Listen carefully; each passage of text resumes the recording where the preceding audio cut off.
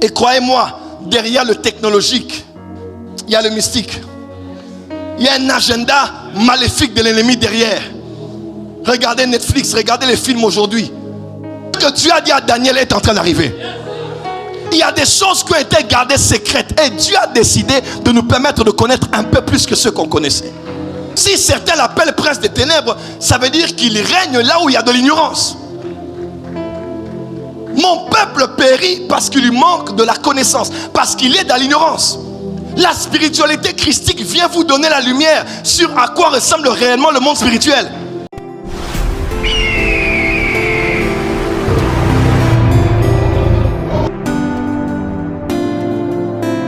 Ne pensez pas que ce petit corps, Smith Wigglesworth disait, je suis à l'intérieur 1000 fois plus grand que je ne le suis à l'extérieur. Quelqu'un peut être mince, petit, court, mais quand tu le regardes là, tu te dis, mais c'est pour cela que j'ai enseigné sur l'homme spirituel. C'est pour cela qu'on a parlé des énergies spirituelles. Frère, je ne prêche pas un nouveau message, je ne fais que la continuité de ce que j'ai commencé à faire depuis des années. Pourquoi? Nous sommes à un temps où le monde est en train d'évoluer à une vitesse incroyable. Bientôt, on aura plus les genres de téléphones qu'on a. Le voyage, communication, technologie. La Silicon Valley est en train de faire des choses inimaginables en cette saison. Et croyez-moi, derrière le technologique, il y a le mystique. Il y a un agenda maléfique de l'ennemi derrière. Regardez Netflix, regardez les films aujourd'hui. Tous ceux qui dépravent notre culture, notre civilisation s'y retrouvent. Le diable fait quelque chose. Alors pourquoi les chrétiens devons-nous rester que dans ce que nous connaissons?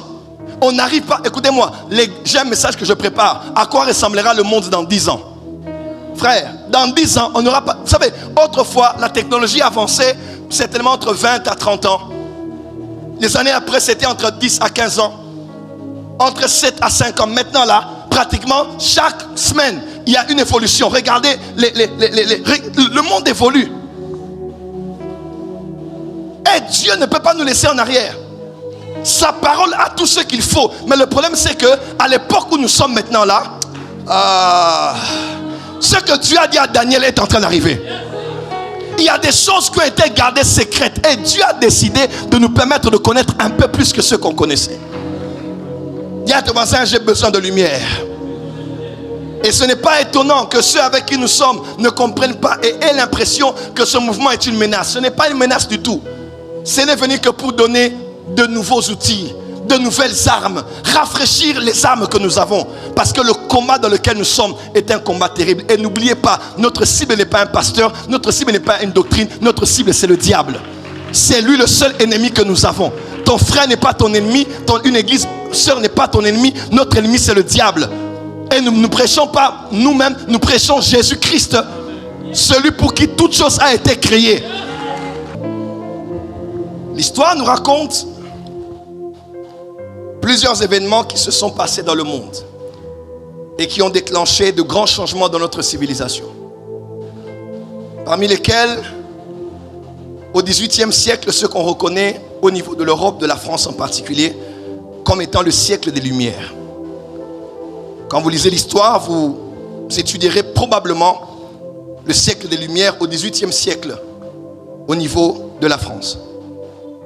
Entre Louis XIV et Louis XVI, pratiquement 150 ans, une révolution s'est passée au niveau de la France, au niveau de l'Europe, qui a déclenché plusieurs autres révolutions après ça, puisque juste à la fin du siècle des Lumières, on a eu la Révolution française.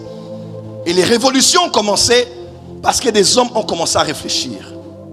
Les hommes se sont donnés finalement à des actes, à des revendications publiques, massives.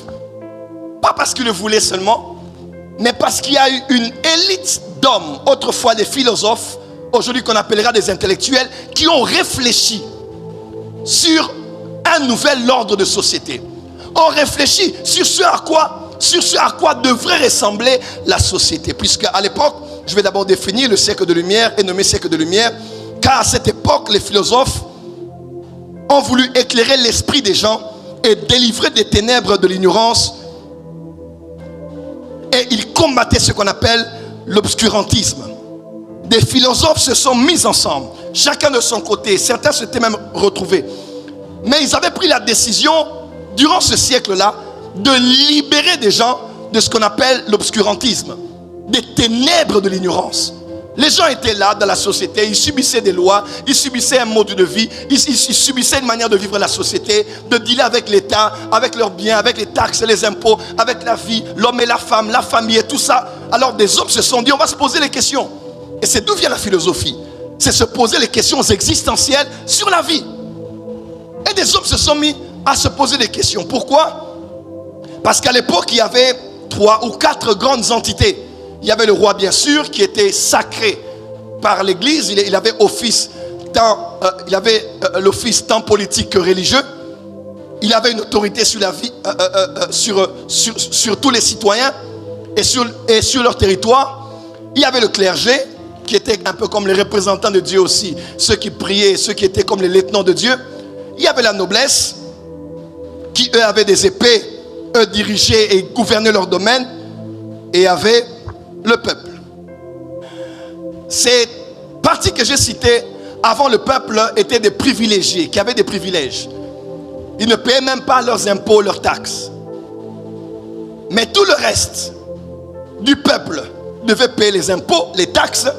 Et non seulement ça, mais pour la plus grande partie, c'était des hommes et des femmes qui ne savaient ni lire et ni écrire. Ils ne faisaient que subir la société. Donc le peuple était pratiquement 70%. Et cette petite élite-là, c'était eux qui gouvernaient, qui régnaient et qui établissaient les rois.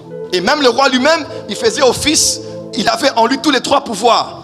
Le pouvoir législatif, le pouvoir exécutif et le pouvoir judiciaire. Tous ces pouvoirs étaient dans ses prérogatives. Il faisait ce qu'il voulait. Et personne n'avait le droit de dire quoi que ce soit. Ceux qui naissaient dans ce siècle-là. Et ils vivaient normalement comme la société était organisée. Et il y avait beaucoup d'inégalités sociales.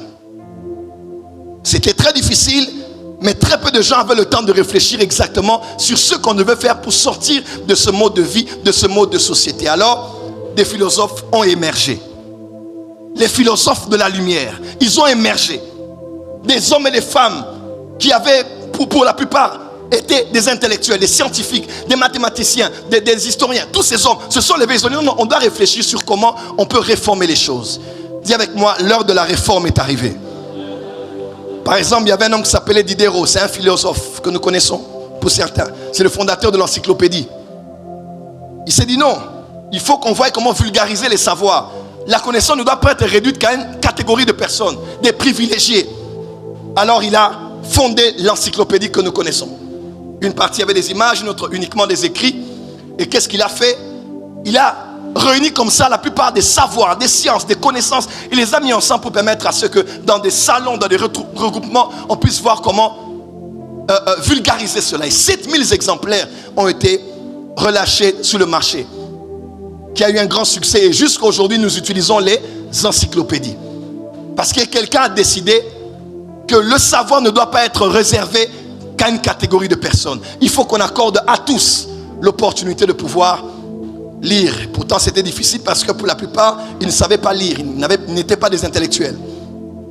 Un homme comme Voltaire, dis avec moi Voltaire. Vous connaissez? Voilà. Un des philosophes de lumière qui s'était beaucoup exprimé au point où il a été emprisonné plusieurs fois et il a fini sa vie en exil en Angleterre. Parce qu'il disait des choses qui ne plaisaient pas du tout à l'État. Il défiait l'État. Il dénonçait l'intolérance religieuse. Il luttait contre la liberté d'expression. Comment dans une société organisée, il n'y a que vous qui avez le droit à la parole. Nous, on n'a pas le droit de parler. Alors, illuminé qu'il était ce Voltaire, il s'est dit non, il faut qu'on puisse se révolter comme Voltaire. Il était tellement dur dans ses propos qu'il a été envoyé finalement en exil en Angleterre. La réforme a un prix, hein? Changer les choses a un prix. Surtout quand on a compris que le peuple doit bénéficier d'un savoir que plusieurs sont en train de garder. Je me rappelle alors des paroles du Seigneur qui disait « Malheur à vous, vous avez les clés de la science. » N'est-ce pas? Si je dois paraphraser. Vous n'entrez pas dans le royaume et vous empêchez aux autres d'entrer. Là, vous allez voir quelqu'un qui te commande en public dire « Ce que tu dis c'est vrai, mais il faut dire ça au pasteur. Il ne faut pas que les enfants connaissent ça. » Pourquoi? Ça, c'est l'esprit des pharisiens. Il y a des choses qu'on doit aussi donner à certaines personnes d'un certain âge, mais nous sommes arrivés à un temps où les gens ont des connaissances partout. Et si on ne vous apprend pas ça ici à l'église, plusieurs vont être initiés à l'occultisme et ils ne sauront pas faire la différence entre le vrai et le faux. Donne-moi un amen bien là où tu es. Un amen mieux là où tu es. Dis encore un amen bien là où tu es. Que dire de Jean-Jacques Rousseau, musicien, philosophe aussi. Un des grands révolutionnaires. C'est même grâce, je crois, à ses écrits qu'il y a eu finalement, à la fin de ce siècle-là, la Révolution française. C'est les hommes qui ont réfléchi la société. Ils ont réfléchi sur un nouvel ordre, une nouvelle manière d'organiser la société. Émilie du Châtelet, que plusieurs connaissent, surtout au niveau de la France, c'est grâce à cette femme qui a commencé à parler sur comment gérer l'égalité de la femme et l'homme. Pourquoi l'homme devrait-il être plus intelligent que la femme? C'est grâce à ses discours, ses propos, ses écrits que finalement plusieurs autres femmes ont fait des travaux et même des hommes pour permettre à ce que la loi puisse permettre aux femmes d'avoir droit à la parole, droit aussi à la cité. Donc il y a plusieurs personnes de qui vous devez votre liberté.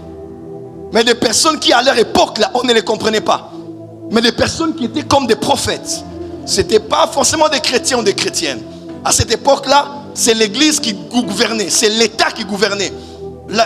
Le peuple était en train de souffrir, était dans l'obscurantisme, dans les ténèbres. Donc ténèbres ne veut pas dire que Satan. Ténèbres veut dire aussi ignorance. Si certains l'appellent prince des ténèbres, ça veut dire qu'il règne là où il y a de l'ignorance. Mon peuple périt parce qu'il lui manque de la connaissance, parce qu'il est dans l'ignorance. La spiritualité christique vient vous donner la lumière sur à quoi ressemble réellement le monde spirituel. Vous redéfinissant des choses que la théologie d'autrefois nous a mal définies.